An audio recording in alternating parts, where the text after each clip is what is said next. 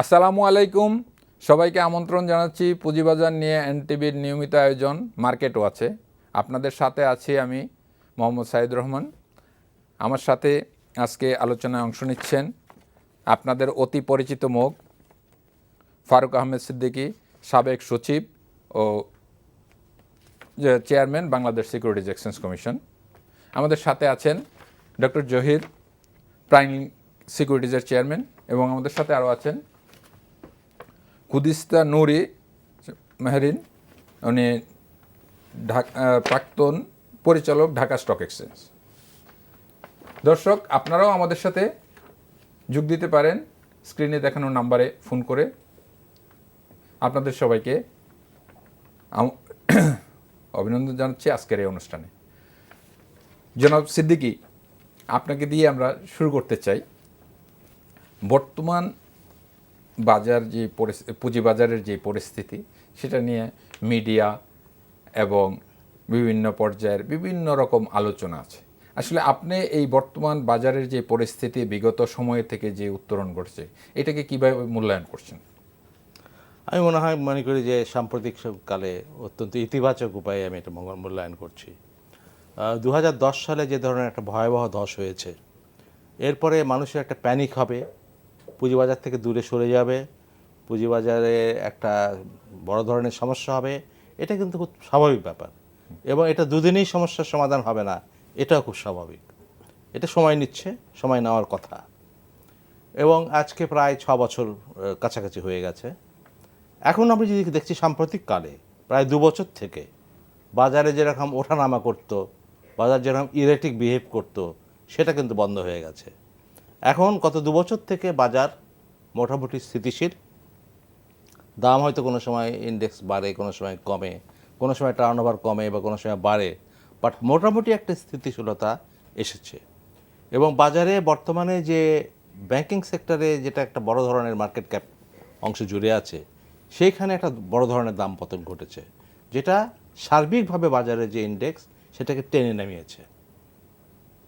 এছাড়া অন্যান্য ভালো শেয়ারের দাম যদি আপনি দেখেন, অত্যন্ত রিজনেবল আছে বলে আমি মনে করি। এগুলো আন্ডার প্রাইসটা নয়, রিয়ালিস্টিক্যালি প্রাইসটি আছে, এবং ইনভেস্ট করার মতোও আছে, আবার প্রফিট করার মতোও আছে। খুব আমার মনে হয় এটা একটা ভালো পর্যায়ে আছে, সুন্দর পর্যায়ে আছে। যেখানে আমার কনসার্ন সেটা হচ্ছে বাজারে যে টার্নওভার, এইটা আমাদের আশানুরূপ নয়। এবং বাজারে টার্নওভার এত কম, তার মানে বাজারে যে আস্থা, এই জায়গাটা এখনও পুরোপুরি ফিরে আসছে না। এবং যারা ইনস্টিটিউশনাল ইনভেস্টর যারা আছেন, তারাও যে কারণেই হোক না কেন, তারা বড় ধরনের একটা বড় ফান্ড নিয়ে পুঁজিবাজারে ইনভেস্ট এখন পর্যন্ত করছে না। জনাব সিদ্দিকী, আপনাকে এখানে অফ করে আমি ডাক্তার জহিরের মতো একটু জানি, জেনে আবার আপনার কাছে ফিরে আসছি। ডাক্তার জহির, আপনি কীভাবে মূল্যায়ন করছেন? আমি ফারুক সাহেবের সাথে মোটামুটি একমত। উনি ঠিকই বলেছেন। আসলে আমরা যেটা দেখছি যে লাস্ট 2 ইয়ার্স বলবো যে মার্কেটটা কিন্তু একটা স্থিতিশীলতার মধ্যে আছে, এবং স্পেশালি আমি ধন্যবাদ দেব এই জন্য যে বাংলাদেশ সিকিউরিটি এক্সচেঞ্জ কমিশনকে বর্তমানে যারা আছেন তারা বেশ কিছু রিফর্ম করেছেন, এবং সেই রিফর্মের ফল কিন্তু আমরা এখন পাচ্ছি। এবং সবচেয়ে বড় রিফর্ম যেটা হয়েছে, আমি মনে করি যে আমাদের যে আইপিও আসার ব্যাপারে যে রিফর্মটা, এখানে 2টা মেথডই কিন্তু এখন চালু আছে, এবং সেখানেই বড় রিফর্মটা হয়েছে। এবং এখানে যে আমি বলবো যে ইনস্টিটিউটদের যেভাবে মানে আপনার ইনভলভ করা হয়েছে, এবং যার ফলে আমরা দেখতে পাচ্ছি যে এখানে যে আগে যেরকম নতুন শেয়ার আসলে যে খুব বেশি ভোলাটাইল হতো বা খুব বেশি আপনার আপ ডাউন করতো মার্কেট, সেই জায়গাটা থেকে কিন্তু আমরা মোটামুটিভাবে একটা মোটামুটি বলা যায় একটা স্বস্তির নিঃশ্বাস ফেলতে পারি। মেইন কারণটা হলো এখানে একটা রুলস রেগুলেশন রিফর্মের মাধ্যমে সবাইকে, ইনভেস্টর থেকে শুরু করে ইনস্টিটিউশনাল ইনভেস্টর, সবাইকে এখানে ইনভলভ করা গিয়েছে। এবং এখানে একটা ঢাকা স্টক এক্সচেঞ্জ কিন্তু 2টা স্টক এক্সচেঞ্জ কিন্তু এখানে ইনভলভ করা হয়েছে, এবং তাদেরও কিন্তু মতামত নেওয়া হচ্ছে, এবং তারাও কিন্তু মোটামুটি স্বাধীনভাবে কিন্তু তাদের মতামত প্রকাশ করার সুযোগ পাচ্ছে। এবং এইটা একটা বড় রিফর্ম। এর বাইরেও আরও কিছু যেগুলো হয়েছে আমি মনে করি, তার মধ্যে একটা ফাইন্যান্সিয়াল রিপোর্টিং অ্যাক্ট হয়েছে, এবং সেটা কিন্তু একটা রেগুলেশন আকারে কিন্তু এখন একটা আপনার কাউন্সিল হওয়ার পথে এবং বাস্তবায়ন হওয়ার পথে। এবং এইটা যদি আপনার আইন হয়ে যায়, এবং এটা যদি কমিশন যদি গঠন হয়ে যায়, এবং তাহলে কিন্তু যে সমস্ত আপনার আমি মনে করি অডিট ফার্ম যেগুলো আছে, ফাইন্যান্সিয়াল রিপোর্টিং নিয়ে যে সকল কথাবার্তাগুলো আছে, সেগুলো হয়তো আরো কমে যাবে। ডক্টর জহির, আপনাকে এখানে কুদ্দুস নূর, আপনার কাছে জানতে চাই, আপনি কিভাবে এটাকে মূল্যায়ন করছেন? আমি ওনাদের দুজনের কথা শুনছিলাম, ঠিকই আছে, ওনারা দুজনেই বলছিলেন যে 2 বছর যাবত স্টেবল। আমি আরেকটু অ্যাড করি, 2 বছর না, আসলে আরও অনেক দিন ধরে স্টেবল। আমি আসলে এই জিনিসটাকে স্টেবল বলবো না, স্ট্যাগনেন্ট হয়ে গিয়েছিল মার্কেটটা। এর একটা কারণ ছিল যে 21শে জুলাই আপনি দেখেছেন, গত 21শে জুলাইয়ে ওই এক্সট্রা এক্সপোজারটাকে অ্যাবজর্ব করার কথা ছিল, এটাকে সমন্বয় করার একটা ব্যাপার ছিল। এরপরে কিন্তু মার্কেটটা ধীরে ধীরে গতিশীল হতে শুরু করেছে। আমি বলবো যে 21শে জুলাই পর্যন্ত একরকম ছিল, তারপরে কিন্তু আমরা পজিটিভ ধারা দেখতে পাচ্ছি। এবং এর সাথে আমি এটা বলতে চাই যে আসলে ওইভাবে স্ট্যাগনেন্ট কিংবা স্থিতিশীল মার্কেট যদি বলি, যেটা নড়াচড়া করবে না, ওই মার্কেট কিন্তু আমাদের কাম্য নয়। আমরা চাই ভাইব্রেন্ট বাজার, মানে যেটা গতিশীল হবে।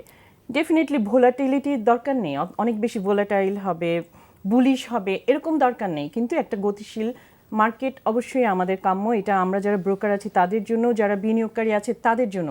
কারণ একটা শেয়ার ইনভেস্ট করে ওরা যদি লাভ না পায়, কেন করবে সেটা? তারা কেন আসবে? 2010-এর পরে আমাদের অনেক বিনিয়োগকারী কিন্তু বাজার বিমুখ হয়ে গিয়েছিলেন। এখন কিন্তু তারা আস্তে আস্তে আবার আগ্রহ প্রকাশ করছে যে না, দেখি যে কি হচ্ছে। আপনি দেখেছেন এর মধ্যে সূচক খানিকটা পজিটিভ ধারা সূচিত হয়েছে, এবং আমাদের রিসেন্ট ট্রেড যদি আমরা দেখি, ট্রেড ভলিউম লাস্ট 2 মান্থ ধরে এটাও কিন্তু যথেষ্ট পজিটিভ, এবং আমরা অনেক বেশি আশাবাদী মার্কেটের ব্যাপারে। এর সাথে আমি আরেকটু বলি যে অনেকগুলো নতুন নতুন রুলস অ্যান্ড রেগুলেশন এসছে, আগে যেটা ছিল না। আমি সেই দিনও বলেছি যে 2010-এর মার্কেট আর 2016-র মার্কেট অনেক বেশি গালফ অফ ডিফারেন্স এখানে। কারণ এখন অনেক বেশি রুলস এসছে, নতুন নতুন রুলস অ্যান্ড রেগুলেশন এসছে। আর ফিনান্সিয়াল রিপোর্টিং অ্যাক্ট এটা যদি কার্যকর ভূমিকা রাখে, তাহলে তো এটা যুগান্তকারী পদক্ষেপ। কারণ এতদিন ধরে যে একটা মানে মানুষের যে একটা অভিযোগ ছিল যে এখানে কোম্পানিগুলো, লিস্টেড কোম্পানিগুলো অনেক বেশি ফিনান্সিয়ালি তারা অসৎ থাকে, ওই জিনিসটা কিন্তু আর থাকতে পারবে না। ধন্যবাদ কুদ্দুস নূর, আপনাকে এখানে থামাচ্ছি। আমি ফিরে আসছি আবার জনাব সিদ্দিকী আপনার কাছে। আপনি একটা শব্দ ব্যবহার করেছিলেন, আস্থার বিষয়টা। এই জায়গাটা আমরা আসলে অনেক মিডিয়াতেও খুব বেশি গসিপিং বা সাধারণ মানুষের মধ্যেও গসিপিং, আস্থা। এখন এই আস্থা বিষয়টা কি আসলে কোনো দৃশ্যমান কিছু? না, আমি এই প্রসঙ্গে ওনার একটা সুন্দর কথা বলেছেন, উইচ আই অ্যাপ্রিসিয়েট। সেটা হলো যে বাজারে স্থিতিশীলতা ভালো, কিন্তু স্ট্যাগনেশন ভালো না। Exactly, absolutely. তাহলে তো প্রফিটের জায়গাটা থাকে না। এটা খুব সুন্দর কথা বলেছেন। তো এটার একটা কারণ হচ্ছে আস্থার অভাব। যে আস্থার অভাব না থাকলে ফলে বাজার কিন্তু ভাইব্রেন্ট হতে পারছে না। আরও বেশি সংখ্যক লোক আসা দরকার, আরও বেশি ইনস্টিটিউশনাল ইনভেস্টমেন্ট হওয়া দরকার। ডেইলি টার্নওভার অন্ততপক্ষে 1000 কোটি টাকা যদি না হয় ঢাকা স্টক এক্সচেঞ্জে, তাহলে কিন্তু বিভিন্ন যে মার্কেট প্লেয়ার আছে, মার্কেট ইন্টারমিডিয়েট আছে, এদের পক্ষে নিজেদের ব্যয় চালিয়ে কিছু প্রফিট করা এটা খুব দুরূহ হয়ে যায়। স্টক এক্সচেঞ্জগুলোর পক্ষেও এটা দুরূহ হয়ে যায়, কারণ সবাই কমিশনের উপর নির্ভরশীল, কমিশন অন টার্নওভার। তো সেই জায়গাটায় আমার মনে হয়, কিন্তু আমি আবার আগেও বলেছি, এখনও বলছি, যে এটা তড়িঘড়ি করে এটা আস্থা ফিরিয়ে নিয়ে আসা যাবে না। এটার জন্য আমাদের দরকার কিছু পেশেন্স, কিছু ধৈর্য। এবং আমরা যদি দেখি গ্র্যাজুয়ালি মার্কেট ইমপ্রুভ করছে, এখন হয়তো কিছুটা একেবারে এই লেভেলের মতো মনে হচ্ছে, কিন্তু যখন আরও বেশি লোকজন আসবে, আরও বেশি পার্টিসিপেশন হবে, আমার ধারণা it may take at least another 2 years। এই আস্তে আস্তে হয়তো আমরা জনাব আর একটু সিদ্দিকী, ভাইব্রেন্ট এখানে আপনার সাথে আমি মার্কেট। একটু সাপ্লিমেন্টারি যোগ করতে চাই। আপনি এখানে 2টা পয়েন্ট যোগ করেছেন। একটা হলো আরও পার্টিসিপেন্ট বাড়ানো, আর ক্যাটাগরিক্যালি আপনি বলেছেন যে ইনস্টিটিউশনাল ইনভেস্টমেন্ট আরও বাড়ানো দরকার। এখন হাত পা বেঁধে যদি কাউকে সাঁতার কাটতে বলেন, সেটা কি সম্ভব হবে? ইনস্টিটিউশনগুলোর অবস্থা তো এরকম অবস্থায় আছে, হাত পা বাঁধা। তারা একটা আইনের কাঠামোর মধ্যে, তারা সবাই ছিল আপনার তাদের নির্দিষ্ট লিগেল যে স্ট্রাকচার আছে বা লিমিট আছে তার বাহিরে ছিল। আমরা রিসেন্টলি শুধুমাত্র এই জায়গাটাতে আমরা একটা মার্জিনাল লেভেলে এসেছি। এইটা বাংলাদেশ ব্যাংক এবং সরকারের সর্বোচ্চ পর্যায়ের সহযোগিতা, বাংলাদেশ সিকিউরিটিজ এক্সচেঞ্জ কমিশনের উদ্যোগ, সকল রেগুলেটরি সহযোগিতা। এখন আমরা এইখানে যদি অর্থের যোগানটা যদি ওদের না বাড়ানো যায়, ইনস্টিটিউশনগুলোর, তাদেরকে যদি কোনো একটা লিগ্যাল ফর্মে সাপোর্ট দেওয়া না যায়, তাহলে কি তাদের অ্যাক্টিভ পার্টিসিপেশনের গতিটা বাড়ানো সম্ভব? 1 নাম্বার। 2 নাম্বার হলো আপনি যেটা বললেন যে যে সকল ইনভেস্টররা এখনও বাজারের বাইরে আছে তাদের আস্থার বিষয়টা আসলে তাদের আস্থাটা তো হলো ওই জায়গায় বাজার যখন দেখে তারা গতিশীল হচ্ছে, বাজারের লেনদেন বৃদ্ধি পাচ্ছে, তখনই কিন্তু তারা পার্টিসিপেট করতে আসে। তো তাদেরকে তো যদি আমি বলি যে না এখন আস্থার জায়গা, আমি পত্রিকায় বিজ্ঞাপন দিয়ে বলি they will never convince on me, they will never convince to the market, they will only convince by themselves when they find out market is going positively, market turnover increasing, মার্কেটের ইয়েতে ইন্ডেক্স ইনক্রিজিং, তখন তো আসবে। তো সেই জায়গাটার জন্য আপনার সুপারিশ, আপনি দীর্ঘদিন আমাদের আপনি কমিশনে ছিলেন, কমিশনের সর্বোচ্চ পদে ছিলেন, সেই ক্ষেত্রে রেগুলেটরি পার্টটা আপনি দেখেছেন, এখন আপনি গবেষণা করছেন সেটাও দেখছেন, সেই ক্ষেত্রে আপনি এটাকে কিভাবে মূল্যায়ন করবেন এবং আপনার রিকমেন্ডেশনটা কি থাকছে? আপনি দুটো পয়েন্ট রেজ করেছেন এখানে। একটা হচ্ছে যে সুযোগটা কোথায়, যে ইনস্টিটিউশনাল ইনভেস্টাররা আরও ইনভেস্ট করবে, এখানে সুযোগ কিছু কিছু হয়তো আপনি যেটাকে ব্যাংক মেন করছেন, হয়তো ব্যাংক ছাড়াও ইনস্টিটিউশনাল ইনভেস্টার আরও আছে, এবং ব্যাংকেও 25% একদম। আমি এখানে একটু আপনাকে আইনগত বিষয়টা ক্লিয়ার করতে চাচ্ছি যে টাকার সোর্সটা কিন্তু ব্যাংক। এখন সেটা যদি আপনি বলেন যে আমি ইবিএল সিকিউরিটিজ সেটা আমি বুঝি, কিন্তু আমার কাছে টাকাটা আসতে হবে কিন্তু সেটা আমি বুঝি, আমি ব্যাংকের কথাই বলছি এই জন্য, কারণ আপনার টাকাটা আসছে ব্যাংকের ওই 25% এক্সপোজারের মধ্যে থেকে আসবে, সেটা বুঝি। তো এইখানে এই যে টাকা ব্যাংকের 25%, এটা কয়েকটা ব্যাংকের হয়তো 5-6টা ব্যাংকের হয়তো একটা বিনিয়োগের প্রবলেম আছে, না ছিল, সেটা এখন সলভ হয়ে গেছে, কিনা ফার্দার ইনভেস্ট করার হয়তো সমস্যা। That is what I mean, যে তারা এমন একটা লেভেলে আছে যে ফার্দার আবার ইনভেস্ট করবে, সেই সুযোগটা সীমিত। বিশেষ করে যখন মার্কেটে যে দাম বেড়ে যায় তারা সুযোগটা আরও কমে যায়। কিন্তু এর বাইরেও তো অনেক ব্যাংক আছে, অনেক ইনভেস্টর আছে যাদের সুযোগ আছে। আপনার দ্বিতীয় পয়েন্ট হচ্ছে যে তারা বাজার যেহেতু ভাইব্রেন্ট না, বাজারে দাম বাড়ছে না, সুতরাং তারা আসছে না। এটা তো সাধারণ বিনিয়োগকারীর সাইকোলজি। যারা প্রাতিষ্ঠানিক বিনিয়োগ তারা চিন্তা করবে 2 years from now, 3 years from now। আপনি কি মনে করেন না যে এখানে অনেক শেয়ার বর্তমানে আছে, অনেক শেয়ার আছে বিশেষ করে ব্যাংকিং সেক্টরে এবং ফাইন্যান্সিয়াল সেক্টরে, যেখানে এখন দাম অনেক কম। ব্যাংকিং সেক্টরে P is only 6, average less than 6। তো সেখানে যদি আপনি একটা ইনভেস্টার, লং টার্ম ইনভেস্টার, যারা ইনস্টিটিউশনাল ইনভেস্টার, তারা যদি 3 বছর 4 বছরের জন্য ইনভেস্ট করে, আপনি কি মনে করেন না এটা ভালো ইনভেস্টমেন্ট হতে পারে? শিওর। সেইখানে তারা যাচ্ছে না কেন? তারা কেন এই চিন্তা করছে যে বাজার না বাড়ছে না, যদি আমরা ইনভেস্ট করবো না? এই যে ডিলেমাটা, চিকেন আর এগ আপনি বলতে পারেন, এই সমস্যাটার সমাধান হচ্ছে না। দ্বিতীয়ত রেগুলেটরি খুব ইন্টারভেনশন। আমি এখানে আপনাকে একটু সহযোগিতা করছি। আমি একজন অ্যাক্টিভ মার্কেট পার্টিসিপেন্ট হিসাবে আমি আপনাকে জাস্ট ইনফরমেশন হিসাবে বলছি যে অনেক ইনস্টিটিউশনই এই ধরনের লং টার্ম ইনভেস্টমেন্ট পজিশন কিন্তু নিয়ে আছে, যতটুকু তাদের এবিলিটি আছে, যতটুকু আইনে সাপোর্ট করছে। কিন্তু তাদেরকে যদি সুযোগ দেওয়া হয়, they will take more initiative too. আমি তো বলেছি হয়তো কিছুর ম্যাক্সিমাম পর্যায়ে চলে আসছে, অনেক প্রতিষ্ঠানে, কিন্তু অনেক প্রতিষ্ঠানের নাই। অনেক প্রতিষ্ঠানে আপনি বলছেন সুযোগ পুরো গ্রহণ করেছেন, অনেক প্রতিষ্ঠানই গ্রহণ করে নাই। আমার মনে হয় মেজরিটি প্রতিষ্ঠানই গ্রহণ করে নাই এখনো। যাই হোক, আপনার দৃষ্টিকোণ থেকে আপনি বলতে যাচ্ছেন যে এই যে 25% একটা লিমিট, এটা একটা ইম্পেডিমেন্ট বাজারের জন্য একটা বাধা। সার্বিকভাবে আপনি যদি চিন্তা করেন, হ্যাঁ, এটা পুঁজিবাজারের জন্য একটা সমস্যার সৃষ্টি করেছে। বিশেষ করে মূল সমস্যার কারণটা হচ্ছে আগে এই লিমিটটা অনেক বেশি ছিল, 10% আমরা 140 চলে এসেছি। হঠাৎ করে 25% অফ ক্যাপিটাল, এটা করার ফলে আপনার তাদের বিনিয়োগের সুযোগটা অনেক সীমিত হয়ে গেছে, যেটা কিনা ক্যাপিটাল মার্কেটের উপর একটা বিরূপ প্রভাব সৃষ্টি করেছে বা করতে পারে।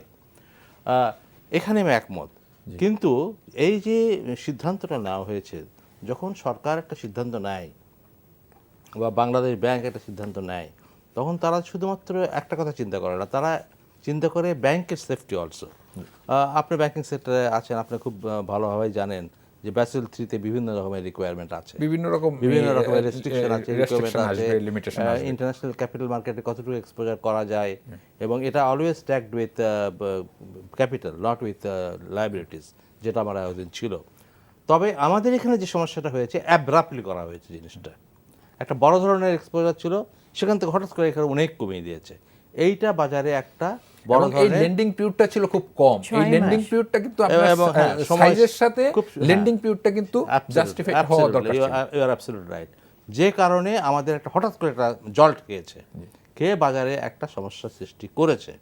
এখন এই সমস্যাটার আমার মনে হয় সমাধান এগেইন আমি বলবো যে সময়ের সাথে সাথে এই সমস্যাটা এমনিই দেখছি অনেকটা সমস্যার সমাধান হয়ে গেছে। একটা ধাপে আমাদের সেটেলমেন্ট হয়ে গেছে, যেটা মুন্নি বলতেছিলেন যে আপনার এই 21শে জুলাই এখানে বাংলাদেশ ব্যাংক একটা বলিষ্ঠ ভূমিকা লোনটাকে আপনাকে ইকুইটিতে কনভার্ট করে যে তারা এবং, পলিসি সাপোর্ট দিয়ে এবং আমরা policy support স্পেসিফিক দিয়েছে। এটা অর্গানাইজেশন টু অর্গানাইজেশন প্রবলেমটা সলভ করেছে বাংলাদেশ ব্যাংক। সরকারের এবং সর্বোচ্চ পর্যায়ে এখানে আরেকটা জিনিস পরিষ্কার যে আগে বাংলাদেশ ব্যাংকের যে দৃষ্টিভঙ্গি ছিল ক্যাপিটাল মার্কেটের দিকে, তার থেকে অনেক ইতিবাচক ভূমিকা তারা এখন পালন করছে, কিন্তু সেটা আমাদের অ্যাপ্রিসিয়েট করা উচিত। এই সমস্যাগুলো আমি আবার বলছি যে আপনি হয়তো মাইনর একটা পলিসি অ্যাডজাস্টমেন্ট এখানে সেখানে করবেন, কিন্তু একটা বড় ধরনের বাজারে ইন্টারভেনশন আমার মনে হয় কোনোদিনই প্রয়োজন নেই এবং এটা ডিজায়ারেবল না। এবং আমার বিশ্বাস যে যে ধরনের আস্তে আস্তে উন্নতি হচ্ছে, আমাদের এটা পেশেন্স, এই উন্নতিটা এইভাবে চলতে থাকলে অন্য কোনো ধরনের সমস্যা যদি না হয়, বাজারে যদি অর্থনীতি আরও ইমপ্রুভ করে, যেটা আমার আশাবাদী করবে, তাহলে আগামী 2-3 বছরের মধ্যে আমরা একটা শক্তিশালী এবং ভাইব্রেন্ট ক্যাপিটাল মার্কেট আবার ফিরে পাবো, এটা আমার দৃঢ় বিশ্বাস। আমরা সেটাই আশা করছি, আমরা সেই বাজারে যাচ্ছি। কিন্তু আমাদের বাজারের যে স্ট্রাকচার এখন যেই পরিধি হয়েছে, তার সাথে যদি লেনদেনের সামঞ্জস্যটা যৌক্তিক না হয়, তাহলে কিন্তু আমরা ভালো বাজার বা বিনিয়োগকারীর কাছে আমি আস্থার কথা বলবো না, আমি বলবো বিনিয়োগকারীর সন্তোষজনক মনোভাব। বিনিয়োগকারী যদি সন্তোষজনক থাকে, বাজারকে যদি সে স্যাটিসফ্যাক্টরি লেভেলে দেখে, তখনই কিন্তু সে বাজারে পার্টিসিপেট করবে এবং সেই ইনস্ট্রুমেন্টে সে পার্টিসিপেট করবে যে ইনস্ট্রুমেন্টের প্রতি তার সন্তোষজনক। আমি বললাম যে আস্থা না আসলে সন্তোষজনক হবে না, সন্তোষজনক না আসলে আস্থাটা হলো মনস্তাত্ত্বিক বিষয়, কিন্তু সন্তুষ্টির বিষয়টা কিন্তু হচ্ছে on the basis of performance. Doctor Zahir, আপনার কাছে আসতে চাচ্ছি, আপনি জনাব সিদ্দিকীর বক্তব্য। ঠিক আছে, আসলে আস্থা আছে কি নাই এটা নিয়ে আসলে আমার মনে হয় যে কোশ্চেনটা, এটা একটা মনস্তাত্ত্বিক বিষয়। আমি আস্থা শব্দটাই এখন পুঁজিবাজারের জন্য এই আস্থা শব্দটা একটা বিতর্কিত শব্দ, কারণ আস্থা বললে আস্থা আছে কি নাই, যেমন কিছুদিন আগে আমি বলি একটা নিউজে লেখছে আস্থাহীন বাজার। এখন বেসিসটা কি? আস্থাটা যে আমি মাপবো এরকম কোনো ইনস্ট্রুমেন্ট বা গাইডলাইন আছে? তাহলে যেই বিষয়টা বাজারকে নেতিবাচক মেসেজ দিবে এবং এটার কোনো সুনির্দিষ্ট প্যারামিটার নাই, এই শব্দটা আমি ব্যবহার করতে চাই। আচ্ছা, আস্থা যদি না থাকে তাহলে তো আমরা প্রতিদিন সকালে 10:30টায় মার্কেট ওপেন হয়, 2:30টার সময় মার্কেট ক্লোজ হয়, তা আমি তো দেখি না যে কোনো স্ক্রিপ্টে বায়ারলেস এরকম তো না, সব স্ক্রিপ্টে তো বায়ার থাকছে এবং রেগুলার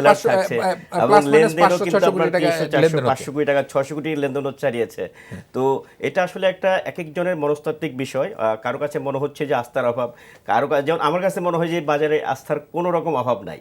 বাট আমাদেরকে আসলে এমন একটা লেভেল প্লেইং মানে এরিয়া তৈরি করতে হবে যাতে এখানে ইনভেস্টররা এসে স্বাচ্ছন্দ্য বোধ করে।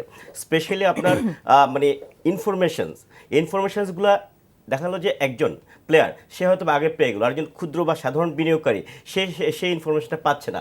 তো এই জিনিসগুলোকে যদি আমি এনশিওর করতে পারি যে মানে ইনফরমেশন ডেসিমিনেশন এটা যদি ওকে হয় এবং কোম্পানিগুলোর তাদের যে আপনার কি বলবো যে তাদের অ্যাকাউন্টস যেটা আছে সেটা তারা যদি সঠিকভাবে যদি সব কিছু দেখায়, তো এই জায়গাগুলো যদি ঠিক হয় তাহলে আলটিমেটলি এই প্রশ্নগুলো আর আসবে না। এবং আমাদের যেটা বেশি প্রয়োজন আমি মনে করি, আমাদের মার্কেটে সব কিছুই আছে, সব রুলস রেগুলেশন গাইডলাইন অনেক কিছুই তৈরি হয়েছে, বাট এখন যে জিনিসটা প্রয়োজন এখানে ভালো ইস্যু দরকার, ভালো স্ক্রিপ্ট আরও দরকার। হ্যাঁ, আপনারা জানেন যে যখন গ্রামীণ ফোন আসলো তখন কিন্তু মার্কেটে একটা বড় রকমের কিন্তু একটা আমি বলবো যে একটা আলোড়ন সৃষ্টি হয়েছিল এবং অনেক নতুন বিনিয়োগকারী আমরা পেয়েছিলাম, নতুন ফান্ড ইনজেক্ট হয়েছিল। এরকম ভালো কিছু স্ক্রিপ্ট যদি আমরা আনতে পারি তাহলে কিন্তু আমার মনে হয় যে মার্কেটকে ভাইব্রেন্ট করা বা মার্কেটে যে আস্থার যে বিষয়টা এগুলো একদম নিমিষেই উবে যাবে বলে আমি মনে করি। আমি একটু বলি, আসছি আপনার কাছে। হ্যাঁ, ডক্টর জহির, আমরা আসছি। আমি একটু সংক্ষেপে বলেন, আমরা আজানের ব্রেকে যাব। না, অবশ্যই আমি একটু বলি ওনাদের দুজনের সাথে আস্থার বিষয়টা যেহেতু কথা হচ্ছিল, যে আস্থা মাপার ব্যারোমিটারটা কি, এই জিনিসটাই তো আমি বলবো। অবশ্যই একটুখানি আস্থা তো কমই আছে, না হলে 3000 কোটি টাকার মার্কেট 300 কোটি টাকা কেন? এই ক্ষেত্রে আমি একটু বলবো আসলে আস্থার সংকট না, সংকটটা হচ্ছে আপনার কনফিউজড। আমাদের বিনিয়োগকারীরা যে কনফিউজ যে সময় কোনটা। আমরা জানি যে স্টক মার্কেটে আমরা সবাই লাভ করি অথবা লস করি, মূল ইয়েটা হচ্ছে যে কখন ইনভেস্ট করব, ইনভেস্টমেন্টের সঠিক টাইম কোনটা, এটার উপরে বেস করে কিন্তু যে কে লাভ করবে কে লস করবে এই জিনিসটা, এবং কোন দামে কখন ইনভেস্ট করবো। তো সময়টা আমার মনে হয় যে টাকা অনেক আছে বিনিয়োগকারীদের কাছে, তারা অপেক্ষা করছে যে কোন সময়টা, এটা কি পারফেক্ট সময় যে আমরা ইনভেস্ট করব। এখন তারা অপেক্ষা করছে যে মার্কেট যদি যেভাবে হচ্ছে ধীরে ধীরে ভাইব্রেন্ট হচ্ছে মার্কেটটা, এইভাবে ভাইব্রেন্ট চলতে থাকলে কিন্তু অল্প সময়ের মধ্যে বিনিয়োগকারীরা আসবে, আমি এটা ব্যাপারে আশাবাদী। হ্যাঁ, আমরা যেই কথাটা বলছিলাম যে মানে আস্থার সমস্যা, আমার মনে হয় যে একটা কথা পেপারে এসছে যে 2 লাখ বিনিয়োগকারী কমে গেছে। এটা কিন্তু আমরা মার্কেটটাকে ডিফাইন করার সময় সবসময় বলি যে আইপিও মার্কেটের বিনিয়োগকারী এবং সেকেন্ডারি মার্কেটের বিনিয়োগকারী। আমি বলবো 2 লাখ বিনিয়োগকারী, 500 টাকার একটা ব্যাপার আছে জুলাই মাসে যেটা দেওয়ার জন্য রিনিউ করতে হয়। আইপিওতে অনেকে না পেয়ে শেয়ার পাচ্ছে না, হয়তো ওরা চলে গেছে, কিন্তু আপনি যদি খেয়াল করেন পজিটিভ দিক যেটা, অনেক ভালো ভালো নতুন বিনিয়োগকারী এসছে সেকেন্ডারি মার্কেটে। তার ফলশ্রুতিতে কিন্তু আমরা দেখছি যে রেগুলার টার্নওভার বেড়েছে অনেক। তার মানে কি আস্থা ফিরে পাচ্ছে জনগণ, বিনিয়োগকারীরা। তাদের যে আস্থার সংকট ছিল এটা কিন্তু কাটিয়ে উঠেছে বলেই আমরা ট্রেড ভলিউমটা বেড়েছে। এই জিনিসটাই বলতে চাচ্ছিলাম আমি। ধন্যবাদ। কাটিয়ে উঠেছে না বলে কাটিয়ে উঠছে বলবো কি? ডেফিনেটলি এটা তো ধারাবাহিক একটা প্রক্রিয়া। আসলে বলার সুযোগ তো কম, এটা তো একটা চলমান প্রক্রিয়া। এক্স্যাক্টলি। জনাব সিদ্দিকী, আপনার কাছে আসতে চাচ্ছি যে আমরা উঠে গেছে বা উঠছে এই কথাটা বলার সুযোগ নেই কখনোই। সবসময় এটা একটা চলমান প্রক্রিয়া। আমরা যে অবস্থায় থাকি সেখান থেকে আমরা আরও অগ্রগতি বা উন্নতি চাচ্ছি। কারণ যখন 200 কোটি টাকা বাজারে টার্নওভার ছিল তখন আমরা চিন্তা করছি 500-700 কোটি টাকা না হলে। এখনও আমরা চিন্তা করতেছি যে 1000 কোটি টাকা না হলে এই যে 250 ব্রোকার আছে তাদের অপারেটিং কস্ট ম্যানেজ করা যাচ্ছে না। ইভেন স্টক এক্সচেঞ্জগুলা itself they cannot manage their operating cost by the regular income. তো সেই জায়গাটায় আমাদের বাজারের ইনফ্রাস্ট্রাকচার এখন যেই বড় হয়েছে সেই জায়গা এবং মার্কেট ক্যাপ যতটুকু, আমি আপনাকে জাস্ট একটা আনুমানিক ধারণা দিচ্ছি। 2010 সালে আমাদের ছিল ক্যাপিটাল, যেটা অরিজিনাল ক্যাপিটালটা ছিল 23,000-23,500 কোটি টাকার মতো। তখন আমাদের টার্নওভার হয়েছে 3200 কোটি টাকা। আমাদের এখন ক্যাপিটাল হয়ে গেছে অ্যাবাউট 70,000 crore, সেটা মানে 3 গুণেরও বেশি হয়ে গেছে। এখন আমাদের টার্নওভার হচ্ছে 500-600 কোটি টাকা। তা এখন আমাদের যদি ওই অনুযায়ী দেখি তাহলে আমাদের কি পরিমাণ বাজারে ফাইন্যান্সিং সাপোর্ট দরকার, এবং যে ফাইন্যান্সিংয়ের উপর ভিত্তি করে আমাদের কিন্তু লেনদেনের ভলিউমটা বৃদ্ধি পাবে এই আলোকিত। না, আপনি যেটা বলছেন যে 2010-এ আপনার 3200 না কত 3200 কোটি টাকা টার্নওভার হয়েছে, টার্নওভার ছিল, সেটা একটা সিচুয়েশন। 3000 কোটি থেকে 3200 কোটি টাকা পর্যন্ত হয়েছে, সেটা একটা অ্যাবনরমাল সিচুয়েশন ছিল। আমি এটাকে নরমালি না, এটা বলবো না, এটাকে ডিজায়ারেবল সিচুয়েশন না, এটা ডিজায়ারেবল ছিল। এটা একটা অ্যাবনরমাল বাবল মার্কেট ছিল, যেটা বহু আগে নিয়ন্ত্রণ করা উচিত ছিল, যার জন্য লক্ষ লক্ষ লোককে পে করতে হয়েছে আলটিমেটলি। এটাকে মানে এটার জন্য তাদের অনেক দুঃখ কষ্ট গেছে। এবং বাজারকে যদি আপনাকে ভাইব্রেন্ট করতে হন, যেটা ইনি একটা খুব মূল্যবান কথা বলেছেন, যেটার সমাধান বিভিন্ন জায়গা থেকে টাকা আনা না। আমার মনে হয় এটার সমাধান হচ্ছে ভালো স্ক্রিপ্ট নিয়ে আসা। এই যে বললেন যে আপনার এই গ্রামীণ টেলিফোন এই রকম এত বড় কোম্পানি না হলেও এর কাছাকাছি 10টা কোম্পানি আসুক, বাজারে টার্নওভার ডবল হয়ে যাবে নিমেষে। কোথায় থেকে টাকা আসবে আপনি জানেন না, টাকা আসবে। আমি এই জায়গাটাই কিন্তু আমাদের সবচেয়ে বড় ফেলিয়ার, যে গত 5-7 বছরে আমাদের উল্লেখযোগ্য কোনো ভালো কোম্পানি লিস্টেড হয় নাই। এখানে আমাদের সাথে আমার একটা সাপ্লিমেন্টারি কোশ্চেন আছে। আপনি সিকিউরিটিজ এক্সচেঞ্জ কমিশনের চেয়ারম্যান ছিলেন, আপনি ওখানকার স্ট্রাকচার সব কিছু জানেন। এখন আপনার সময়েই গ্রামীণ ফোনের অ্যাপ্লিকেশনটা হয়েছিল, আমার সময় প্রায় ফাইনালাইজ হয়ে গেছে, আপনার সময় অ্যাপ্লিকেশনটা হয়েছিল এবং আপনি অত্যন্ত আনুষ্ঠানিকভাবে তাদের এই অ্যাপ্লিকেশনটাকে তখন রিসিভ করেছিলেন, আইপিওর জন্য করেছে। আমরা দেখেছি মিডিয়াতে যে আপনি খুব আনুষ্ঠানিকভাবে করেছিলেন, আপনি খুব এনকারেজ করেছিলেন তাদেরকে এটা করার জন্য। এখন আমার প্রশ্ন হলো, সেই ক্ষেত্রে এই যে ভালো কোম্পানি আসছে না বলতেছেন, সেই ভালো কোম্পানি আনার ব্যাপারে আপনার রিকমেন্ডেশনটা কি? এদেরকে কিভাবে উদ্বুদ্ধ করা? ভালো কোম্পানি আনার মূল দায়িত্ব কিন্তু এক্সচেঞ্জগুলোর, এটা কিন্তু এসএসসির দায়িত্ব নয়। কি ভূমিকা রাখতে পারে এসএসসি? যেটা পজিটিভ ভূমিকা রাখতে পারে। আমি এসএসসির কথা বলছি না স্যার, আমি বলছি যে এক্সচেঞ্জ যখন আপনি বলেন যে এক্সচেঞ্জগুলোর মার্কেটিং পুয়ার আছে, এক্সচেঞ্জগুলো কিভাবে এনকারেজ করতে পারে? এক্সচেঞ্জগুলোর মার্কেটিং কিছু পুয়ার আছে। আর আমাদের দেশের বড় কোম্পানিগুলো কেন আসছে না, এগুলো কিন্তু এটা বিষয়ে একটা দীর্ঘ আলোচনা প্রয়োজন। কারণ অনেক কারণ আছে, এটা ইনিও জানেন, yes. আমরা সবাই জানি, আমরা যারা আছি আমরা জানি যে কেন আসছে না। কারণ বাংলাদেশে অন্ততপক্ষে 50টা অত্যন্ত ভালো কোম্পানি আছে যারা Listed হতে এখানে পারে। লিস্টেড হলে বাজার সমৃদ্ধ হতো। এখন 600 কেন, এটা আবার ওই 3000 কোটি টাকাতেই লেনদেন হতো। এখানেই সমস্যা, আমরা ভালো কোম্পানিকে আনতে পারছি না। আর আমরা আশা করব বাজারে আস্থা অনেক বেড়ে যাবে, আমরা আশা করব বাজারে টার্নওভার অনেক বেড়ে যাবে, এটা প্র্যাকটিক্যাল কথা না। আপনি আমাকে বলেন যে গত প্রায় 7-8 বছরে কোন আউটস্ট্যান্ডিং একটা কোম্পানি এখানে লিস্টেড হয়েছে? হয় নাই।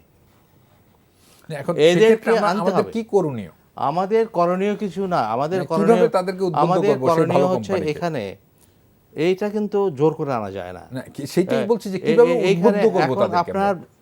আমাদের দেশে যদি বিনিয়োগ পরিস্থিতি ইমপ্রুভ করে, আপনি জানেন যে আমাদের প্রাইভেট সেক্টর বিনিয়োগ এখন পর্যন্ত ইকোনমির অন্যান্য সেক্টরে অনেক উন্নতি হলেও প্রাইভেট সেক্টর বিনিয়োগ কিন্তু যার জন্য আপনি ব্যাংকে দেখবেন private sector credit demand is low, ব্যাংকে সারপ্লাস মানি রাখছে। তো মার্কেটে যতদিন পর্যন্ত ব্যাংকে সারপ্লাস মানি পড়ে থাকবে তখন মানুষ ক্যাপিটালের জন্য ব্যাংকের দিকেই যাবে। আপনি এত নিয়মকানুন মেনে তাদেরকে ক্যাপিটাল মার্কেটের দিকে নিয়ে আসা খুব কঠিন। কিন্তু আপনার যখন অর্থনৈতিক উন্নতি আরও হবে, বিনিয়োগ আরও অ্যাক্সিলারেটেড হবে, তখন ব্যাংকের শর্ট টার্ম ডিপোজিট নিয়ে লং টার্ম প্রজেক্ট ফাইন্যান্স করা ডিফিকাল্ট হয়ে যাবে। সেই পর্যায়ে আসলেই আমার যে কোনো দেশেই ক্যাপিটাল মার্কেট বা স্টক মার্কেট দ্রুত একটা ডেভেলপ করে। তো আমি মনে করি সেই পর্যায়ে যদি অর্থনীতি চলতে থাকে ভালোভাবে, বিনিয়োগ বৃদ্ধি পায়, 2-3 বছরের মধ্যে হয়তো বা 4 বছরের মধ্যে আমরা ওই ধরনের পর্যায়ের কাছাকাছি চলে যাব। কিন্তু জোর করে নিয়ে আসা যায় না। কিন্তু আমার মনে হয় আমাদের যে এন্টারপ্রেনিয়র আছে, এই জন্য আমি জোর শব্দটা আমি কিন্তু আপনার কাছে জানতে চাই কিভাবে তাদেরকে উদ্বুদ্ধ করবো, সেটা আমি আমরা, বলছি, আগ্রহী করবো। সেটা আমি বলছি। আমার মনে হয় যে আমাদের এন্টারপ্রেনিয়রের মধ্যে অনেকেই ফার্স্ট জেনারেশন বা কাছাকাছি ফার্স্ট জেনারেশন, খুব বেশি দিনের ব্যবসায়ী বাঙালিরা নয়, 2-4টা ফ্যামিলি ছাড়া।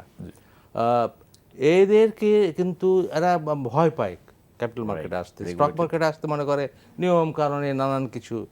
এদেরকে তো বোঝানোর দায়িত্ব কারো না কারো থাকতে হবে যে স্টক মার্কেটে এসে কর্পোরেট গভর্নেন্স পালন করলে আপনারা যখন ব্যবসাটা আরও বড় করবেন, আরও এক্সপান্ড করবেন, তখন এটা ছাড়া চলবে না, তখন কর্পোরেট গভর্নেন্স আনতেই হবে। তখন বাজারে আপনি যদি ক্যাপিটাল মার্কেট থেকে নিয়ে আসেন, পুঁজিবাজার থেকে নিয়ে আসেন, সেই টাকাটা ফেরত দিতে হয় না। সেই টাকাতে আপনি একটা 10-12% ডিভিডেন্ড দিলেই খুব খুশি থাকে মানুষ, এবং রিপেমেন্ট কোনো অব্লিগেশনই থাকে না। এবং আপনার ব্যবসার জন্য মানে এটা যদি কেউ মনে করে যে আমাকে জোর করে নিয়ে আসা হচ্ছে, তাহলে সে আসতে চাইবে না। কিন্তু আমাদেরকে উদ্বুদ্ধ করতে হবে যে ওই ব্যবসার স্বার্থে, ওই ব্যবসার এক্সপানশনের স্বার্থে, ওই ব্যবসার সাকসেশনের স্বার্থে পুঁজিবাজারে তাদের আসতে দরকার, কর্পোরেট গভর্নেন্স তাদের দরকার। এই জায়গাটাতে একটা তথ্য দিতে চাই, একজন এন্টারপ্রেনার যাকে আমি অফার করব যে আপনি পাবলিকে আসেন, সে বলবে যে আমি আপনাকে 10% যদি ডিভিডেন্ড দিতে হয়, তার আগে আমাকে 25% ট্যাক্স দিয়ে আসতে হচ্ছে। 25% ট্যাক্স যদি কাউন্ট করেন তাহলে আমার ইফেক্টিভ রেট হবে 15%। 10% ডিভিডেন্টের ইফেক্টিভ রেট 14%, 15%। আর আমি এখন ব্যাংক থেকে লোন নিতে পারতেছি 9% বা 10%। তাহলে আমি কেন আপনার ক্যাপিটাল মার্কেটে যাব? এই উত্তরটা বলি আমি। আপনি যদি ক্যাপিটাল মার্কেটে না আসে, পুঁজিবাজারে না লিস্টেড না হন, আপনাকে কর্পোরেট ট্যাক্স দিতে হচ্ছে কত? 35%। জি। আর পুঁজিবাজারে আসলে আপনাকে কর্পোরেট ট্যাক্স দিতে হচ্ছে 25%। আপনার 10 কোটি টাকা প্রফিট হলে আপনি যেখানে 3.5 কোটি টাকা ট্যাক্স দিতে হচ্ছেন, আপনি এখানে 1 কোটি লিস্টেড টাকা হলে 2.5 কোটি টাকা হবে, আপনার 1 কোটি টাকা বেঁচে সেফ যাবে। হচ্ছে। এই জিনিসগুলো তো তাদেরকে বোঝাতে হবে ঠিক মতো। এই জিনিসগুলো হয়তো অনেকে জানে না, এত বড় একটা অ্যাডভান্টেজ, তারপরেও কিন্তু কেউ বাজারে আসছে না। এবং এটা ছাড়াও আরও একটা সুযোগ কিন্তু এখানে আছে, যে সুযোগটা হলো যারা 20%-এর বেশি ট্যাক্স দেয় তাদেরকে কিন্তু আরও একটা স্পেশাল ইনসেন্টিভ দেওয়া হয়, সেটা তো আছে, ডিভিডেন্ট ডিভিডেন্টের উপরে আর কি। সেটা আছে, সেখানে 2.5% or something। তারা একটু রিবেট ওখানে একটা মানে পেয়েবল ট্যাক্সের একটা ইনসেন্টিভ পাচ্ছে। আরো ইনসেন্টিভ পাচ্ছে। এই যে ট্যাক্সেশনে লিস্টেড হলে যে ট্যাক্সেশনে একটা বিরাট ধরনের বেনিফিট পাওয়া যায়, এইটা এফেক্টিভ হচ্ছে না বিভিন্ন কারণ আছে। এগেইন একটা হচ্ছে অনেকে জানে না, মোটিভেট করা হয়নি তাদেরকে জানানো হয়নি, এটা একটা কারণ, বড় কারণ হয়তোবা। এর সঙ্গে আরও কারণ আছে আমাদের ইনএফেক্টিভ ট্যাক্স অ্যাডমিনিস্ট্রেশন, অর্থাৎ পুঁজিবাজারে না এসেও অন্য উপায়ে কম ট্যাক্স দেওয়ার ব্যবস্থা করা যায়। রাইট। এই যে সমস্যাগুলো, এই সমস্যা বা আমাদের we are not yet ready for transparency. আমাদের অনেক এন্টারপ্রেনিউরিয়ে এখনও ট্রান্সপারেন্সির জন্য তৈরি হয়নি। তো এইগুলো আমরা একটা জিনিসকে দ্রুত একটা ঠেলে দিলেই হবে না, আমাদেরকে ধৈর্যের সঙ্গে আস্তে আস্তে অগ্রসর হতে হবে। এটা আমার মূল বক্তব্য। কিন্তু আমি এন্টায়ার জিনিসটার মধ্যে ইতিবাচক দিকটাই দেখছি এবং আমি মনে করছি বাজার আস্তে আস্তে ভালো হচ্ছে, আস্তে আস্তে ভাইব্রেন্ট হচ্ছে। আমাদেরকে অধৈর্য হয়ে ইন্টারভেনশন যত কম করা যায় ততই করে আস্তে আস্তে এই বাজারটাকে ডেভেলপ করতে দিই। একটা টাইম নিলে সেটা কিন্তু স্ট্যাবিলিটি আসে। স্বল্প সময়ে করতে গেলে স্ট্যাবিলিটি জনাব সিদ্দিকী, আপনাকে এই পর্যায়ে একটু আমি আসছি। ডক্টর জহির, আপনি তো ব্রোকার্স অ্যাসোসিয়েশনের সাথে আছেন, স্টক এক্সচেঞ্জের সাথেও ক্লোজলি আপনার অনেক কিছু। তো জনাব সিদ্দিকী বললেন যে স্টক এক্সচেঞ্জগুলোর এই ক্ষেত্রে ভূমিকা নেওয়া প্রয়োজন। তো আপনার কাছে কি জানা আছে কিনা দৃশ্যমান কোনো ইনিশিয়েটিভ স্টক এক্সচেঞ্জগুলো নিচ্ছে বা এটা নিচ্ছে বা ওখানে আরও ইমপ্রুভমেন্ট করার সুযোগ আছে? না, স্টক এক্সচেঞ্জগুলো আসলে ভূমিকা নেওয়া উচিত এবং তাদের এই ব্যাপারে আসলে আলাদা তার উইং বা সেল থাকা উচিত। এবং আমি যতটুকু জানি যে ঢাকা স্টক এক্সচেঞ্জের আছে, বাট তারা যেভাবে মার্কেটিং করছে বা যেভাবে আগাচ্ছে সেটা একটু স্লোই বলবো আমি। আর সবচেয়ে যে জিনিসটা আমি মনে করি যে যেহেতু এখন স্টক এক্সচেঞ্জগুলো ডিমিউচুয়ালাইজ এক্সচেঞ্জ হয়েছে, এখন তাদের কিন্তু প্রফিটের ব্যাপারটা, প্রফিট লসের ব্যাপার চলে আসতেছে এবং এখানে কিন্তু আপনার যারা আমরা শেয়ার হোল্ডার যারা আছি প্লাস ব্রোকার, তো আমরাও কিন্তু বছর শেষে একটা ডিভিডেন্ড আশা করি। তো আরেকটা জিনিস যেটা হলো যে আপনি জানেন ডিমিউচুয়ালাইজেশন হওয়ার পর 3 বছরের মধ্যে কিন্তু আমাদেরকে স্ট্র্যাটেজিক পার্টনার আনতে হবে। তো এই যে অনেকগুলো বিষয় কিন্তু এখানে আছে। তো এই জন্য আমাদের যেটা উচিত স্টক এক্সচেঞ্জগুলোর তাদের ব্র্যান্ডিংটা বাড়াইতে হবে। যে আগে যে সিস্টেম ছিল বা আগে যে পরিবেশ ছিল স্টক এক্সচেঞ্জগুলোতে, অনেক কিছু আমরা শুনেছি, সেই সিচুয়েশন থেকে কিন্তু এক্সচেঞ্জগুলো বের হয়ে আসছে। বিকজ এখন বোর্ডে কিন্তু এখন আমরা যারা মেম্বার বা ব্রোকার যারা আমরা ছিলাম তাদের মেজরিটি নাই। এখানে ইন্ডিপেন্ডেন্ট ডিরেক্টরদের সংখ্যা বেশি এবং সেটা শেয়ার হোল্ডারদের চেয়ে আরও ডাবল, 8 জন 4 জন। তো ফুল ডিসিশনটা কিন্তু তারা ইন্ডিপেন্ডেন্ট ডিরেক্টরাই কিন্তু নিচ্ছে ম্যানেজমেন্টের হাতেই। বাট তাদের উচিত হলো আরও একটু বেশি অ্যাগ্রেসিভ হওয়া, ব্র্যান্ডিং, এবং এমন কাউকে আমাদের এই স্টক এক্সচেঞ্জে আনা উচিত জাস্ট ব্র্যান্ডিংয়ের জন্য হলো স্ট্র্যাটেজিকের কিছু শেয়ার যদি আমরা ভালো একটা কোনো একটা স্টক এক্সচেঞ্জকে দিই বা ভালো একটা ব্যাংকে যদি, বিদেশি একটা ব্যাংকে যদি আমরা দিই, এবং এটা কিন্তু একটা মেসেজ হতে পারে যে না, ঢাকা স্টক এক্সচেঞ্জের সাথে নাসডাক আছে বা সিঙ্গাপুর স্টক এক্সচেঞ্জ আছে অথবা হংকং স্টক এক্সচেঞ্জ আছে অথবা বোম্বে স্টক এক্সচেঞ্জ আছে। এই মেসেজটা যখন আপনার এই মার্কেটে যখন আসবে তখন এন্টারপ্রেনার থেকে শুরু করে আপনার এখানে অনেক ইনস্টিটিউট বলেন প্লাস যারা নর্মাল যে বিনিয়োগকারী বলেন তাদেরও একটা আগ্রহ তৈরি হবে এবং তখনই কিন্তু আমরা দেখবো যে না মার্কেট। আমরা কিন্তু ইতিমধ্যে মিডিয়ার মাধ্যমে জানছি এরকম অনেক রিনাউন্ড প্রতিষ্ঠান কিন্তু ঢাকা স্টক এক্সচেঞ্জের কাছে এক্সপ্রেশন অফ ইন্টারেস্ট পাঠাইছে, যেটা আমাদের জন্য অত্যন্ত ইতিবাচক। এবং আপনার বক্তব্যে আমরা যেটা বুঝতেছি যে আগে যেই পর্যায়ে ছিল তার চেয়ে স্টক এক্সচেঞ্জের অ্যাক্টিভিটিস এখন গতিশীল হয়েছে এবং ম্যানেজমেন্টের অনেক ইমপ্রুভমেন্ট হয়েছে। আমাদের আরো ব্র্যান্ডিং করতে হবে। আপনার কথার সঙ্গে তো আমি অ্যাবসলিউটলি একমত। এই কথাটা বারবার বলছি যে স্ট্র্যাটেজিক একটা ইনভেস্টর আনলে আপনার মার্কেটটাকে ইন্টারন্যাশনালি পরিচিত এবং তাদের যে টেকনিক্যাল নো হাউ, সেটা বেনিফিটটা আপনি পাবেন। এবং এটা টেকনিক্যাল না হওয়ার সাথে তাদের একটা ব্র্যান্ড ভ্যালু আসবে। ডিমিউচুয়ালাইজেশনের একটা প্রধান উদ্দেশ্যই হচ্ছে স্ট্র্যাটেজিক পার্টনার নিয়ে এসে সমৃদ্ধ করা, দেশের গ্লোবাল মার্কেটের সঙ্গে এটা একটা সম্পৃক্ত করা। এই জিনিসগুলো অত্যন্ত গুরুত্বপূর্ণ এবং আমি খুব খুশি হয়েছি শুনে যে আপনাদের বেশ কিছু অগ্রসর হয়েছে। আমি খুব নিরাশ হচ্ছিলাম যে কিছুই হয়নি। বেশ কিছু এক্সপ্রেশন অফ ইন্টারেস্ট এসেছে, আমরা মিডিয়াতে দেখেছি।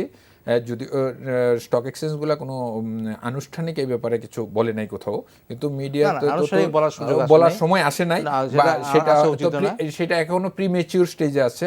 কিন্তু আমাদের কাছে আশার সঞ্চার হয়েছে এখানে যে অ্যাটলিস্ট আমরা এই ধরনের প্রতিষ্ঠানগুলো আগ্রহ যেহেতু আসছে, তাইলে আমরা অ্যাটলিস্ট ওই লেভেলের প্রতিষ্ঠানগুলোর সাথে আমরা সম্পৃক্ত হব। একমত যে আপনাদের বর্তমানে যদিও ডিমিউচুয়ালাইজেশন হয়েছে, কিন্তু এখনোই কিন্তু ওই ব্রোকাররাই ওনার রয়ে গেছে।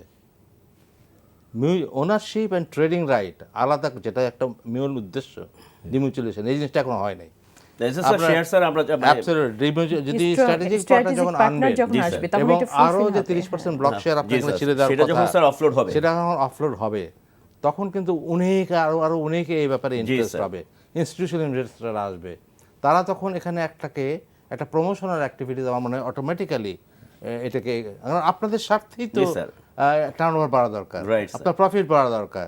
ডিমিউচুয়ালাইজড এক্সচেঞ্জের এটাই তো বেনিফিট, আপনাকে Exactly. উদ্যোগ নেওয়ার সুযোগ করে দিচ্ছে। আমরা স্যার একটা আমি- ভালো পার্টনার দরকার এখন স্যার, যদি ভালো একটা পার্টনার যদি আসে এবং সে যদি টেকনিক্যাল সাপোর্ট বা টেকনোলজিক্যাল যে সাপোর্টটা যদি সে আমাদেরকে যদি দেয়, বা তারা যদি সেইভাবে যদি তারা যদি আমাদের অ্যাডভাইস করে এবং আমরা সেভাবে যদি আমাদের ইনফ্রাস্ট্রাকচার তৈরি করতে পারি, তাহলে কিন্তু এখানে আমাদের নতুন প্রোডাক্ট যেমন আনা সম্ভব হবে, পাশাপাশি নতুন কোম্পানিকে আমরা এখানে লিস্টেড করাতে পারবো এবং তখন কিন্তু আগ্রহ বাড়বে এবং তখন টার্নওভার আমি তো মনে করি যে এখন যা হচ্ছে এটা খুবই নগণ্য এবং এটা আবার 3000 বা তার চেয়ে বেশি টার্নওভার এখনো করা এখানে একটা সম্ভব। জায়গায় আমাদের সীমাবদ্ধতা যেটা হলো যে আমরা এখনো ইকুইটি মার্কেটের মধ্যে রয়ে Right. গেছি আমাদের অন্যান্য প্রোডাক্ট। তো ওই ধরনের ব্র্যান্ডেড অর্গানাইজেশনগুলো আমাদের সাথে যদি ইনভলভ হয় আমাদের বাজারে নতুন প্রোডাক্ট আসার ক্ষেত্রে এবং এইটার পরিধি বৃদ্ধির ক্ষেত্রে অনেক বেশি সহায়ক ভূমিকা আচ্ছা, পালন আমি একমত, আপনার নতুন প্রোডাক্ট আনা দরকার, কিন্তু আগে ফার্স্ট থিং ফার্স্ট আমরা ইকুইটি মার্কেটটাকে ঠিক করি। আমি একটা কথা বলি, আপনি বলছিলেন যে এটার বিএসসিসির এটার দায়িত্ব না নতুন নতুন কোম্পানি আনা, এটা ডিএসসি এবং সিএসসির উপরে বর্তায়। আমি যতদূর জানি যে এটা লিস্টিংয়ের দায়িত্ব টোটাল কিন্তু ছিল বিএসসিসির কাছে, এটার ব্যাপারে কোনো দায়িত্ব ডিএসসি কিংবা সিএসসির ছিল না। এখন আমরা রিসেন্টলি 1-2 মাস হলো আমরা নতুন করে পার্টিসিপেট করতে পারছি বুক বিল্ডিং এবং ডিরেক্ট লিস্টিংয়ের ক্ষেত্রে, এটা কয়েক মাস হলো হয়েছে, কিন্তু অনেক দিন কিন্তু ছিল না এটা ডিএসসির মানে পার্টিসিপেট করার কোনো স্কোপ ছিল না, নতুন করে স্কোপ তৈরি হয়েছে। জহির ভাই যেটা বলছিলেন আর একটু আগে যে ডিমিউচুয়ালাইজড স্টক এক্সচেঞ্জ, এখন যেহেতু ডিমিউচুয়ালাইজড স্টক এক্সচেঞ্জ এখানে আমাদের ইন্ডিপেন্ডেন্ট ডিরেক্টরের সংখ্যা বেশি, তাদের উপরে নতুন করে দায়িত্বটা বর্তায়, বোর্ডের উপরে বর্তায় যে নতুন নতুন কোম্পানিকে ইন্সপায়ার্ড করা, তাদেরকে উদ্বুদ্ধ করা শেয়ার মার্কেটে শেয়ার ছাড়তে, ইস্যু ছাড়তে। আমার মনে হয় যে এই জিনিসগুলো, আর স্ট্র্যাটেজিক পার্টনার কিন্তু আসছে বিদেশ থেকে, বেশ ভালো ভালো কোম্পানি, ওরা কিন্তু আগ্রহ প্রকাশ করেছে যে এখানে ইনভেস্ট করার জন্য। তারা যদি আসে টোটাল সিনারিওটা চেঞ্জ হয়ে যাবে খুব দ্রুতই, এই ব্যাপারে আমি আশাবাদী। জনাব সিদ্দিকী, আমরা একদম শেষ পর্যায়ে আছি, আপনার ইনভেস্টরদের জন্য আপনার কি পরামর্শ বা মেসেজ?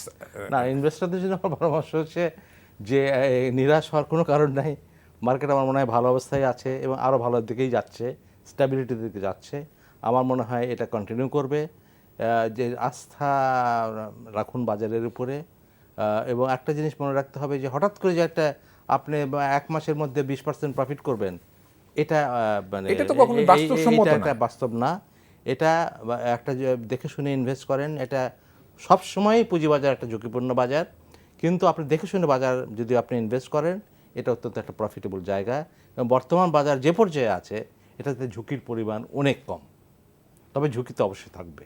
পুঁজিবাজার তো ঝুঁকির জায়গা, এটা ইন্টারন্যাশনালি রিকগনাইজড, আমরা একাডেমিকলিও দেখেছি, প্র্যাকটিক্যালিও দেখেছি, সেখানে বুঝে শুনে বিনিয়োগ করাটাই তো হ্যাঁ, এবং আস্থার important। জায়গাটা ফিরে আসছে ক্রমাগত, এটা আমার মনে হয় এটা ঠিক। ডক্টর জহির, 30 সেকেন্ডে আপনার মতামত ইনভেস্টরদের জন্য কি পরামর্শ? ইনভেস্টর ভাইদেরকে আমি বলবো যে একটাই কথা, যে এটা টেকনিক্যাল একটা জায়গা, তো এটা অন্যান্য বাজারের মতো না। তো এই মার্কেটে যখন ইনভেস্ট করতে হবে তো মার্কেট সম্পর্কে সামান্য কিছু নলেজ হলো নিয়ে এসে এই মার্কেটে ঢোকা উচিত। অন্যান্য বাজারের মতো এইভাবে হুট করে একটা কিছু করে ফেলবেন, সেটা করতে গেলেই দেখা যাবে যে হাত পুড়ে যেতে পারে। তো এই জন্য আমি বলবো যে কিছুটা অন্তত হইলেও জেনে বুঝে মার্কেটে আসেন। প্রিয় দর্শক, আমরা অনুষ্ঠানের প্রায় শেষ পর্যায়ে চলে এসেছি। আমরা আপনাদেরকে বিনয়ের সাথে বলবো আপনারা বুঝে শুনে জেনে বিনিয়োগ করবেন।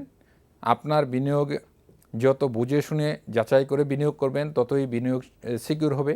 এবং আপনারা শুনলেন আমাদের আলোচকদের আলোচনা যে আমরা বাজার এখন আগের চেয়ে অনেক ভালো অবস্থায় আছি এবং আমরা আশাবাদী আরও ভালো হবে, গতিশীল হবে, এই প্রত্যাশায় আজকে আমরা বিদায় নিচ্ছি। আপনাদেরকে আমাদের সাথে থাকার জন্য ধন্যবাদ। আমাদের গেস্ট আপনাদেরকেও এইখানে আসার জন্য, কষ্ট করে সময় দেওয়ার জন্য আপনাদেরকে সবাইকে ধন্যবাদ। আসসালামু আলাইকুম।